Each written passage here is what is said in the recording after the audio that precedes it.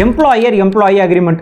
நம்ம தினந்தோறும் ஆஃபீஸில் இருக்கக்கூடிய டீம் மெம்பர்ஸோட சில பிரச்சனைகளை சந்திக்கிறதுக்கு இருக்குங்க. ஒன்று வந்து பார்த்தீங்கன்னா எம்ப்ளாயி சொல்லாமல் கொள்ளாமல் வேலையை விட்டு போயிடுவாங்க.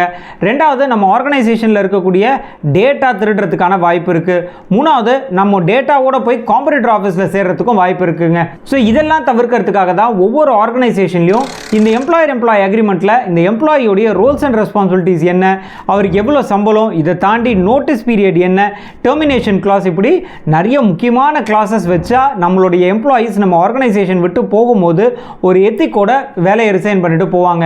ஸோ டக்குன்னு நின்று போகிறது இல்லை டேட்டா தெஃப்ட், இதெல்லாம் நம்மளால் தவிர்க்க முடியும். சர்வீஸ் அக்ரிமெண்ட், நம்ம நிறைய பிரச்சனையை சந்திக்கக்கூடிய அடுத்த ஒரு செக்மெண்ட் என்ன அப்படின்னு பார்த்தீங்கன்னா நம்ம கஸ்டமர்ஸோடங்க. அதுலேயும் குறிப்பாக சொல்லணும் அப்படின்னா கஸ்டமர்ஸ் கிட்ட இருக்கக்கூடிய பேமெண்ட் ப்ராப்ளம்.